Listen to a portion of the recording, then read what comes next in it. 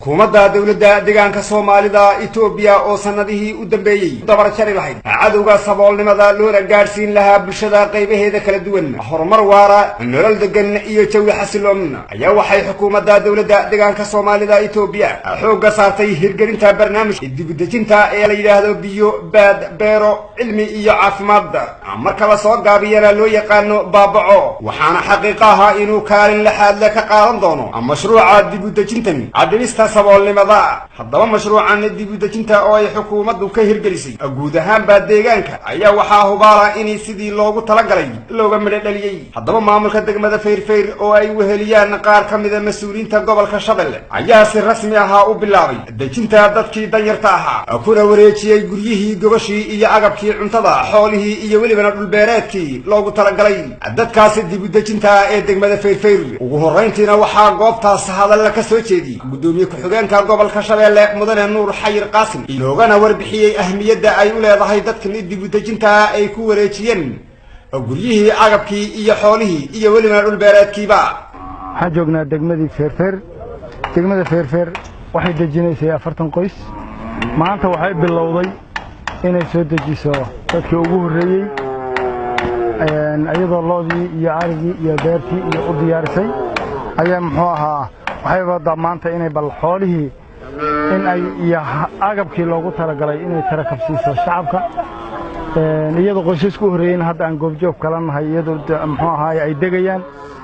dadkuna ay ku faraxsan yihiin inay muxuu ahaa ay degaan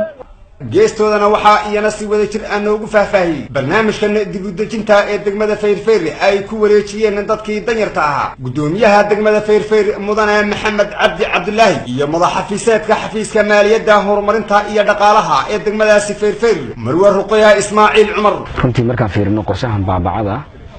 oo qorshe aad u ballaaran oo xukuumaddu la talabar uga dhigtay sidii maaragtay bulshadeena xoolo dhaqatada qodhiga ilaa xoolo dhaqato beerley isla markaana looga saar lahaa saboolnimada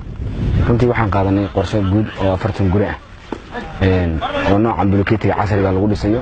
guud ahaan anaga degmada Feerfeer waa soo gabagabeynay 40 guri waxaa kaloo diyaar u ah dhulkiiba diyaar u ah maanta marka waxay leeyahay hadiya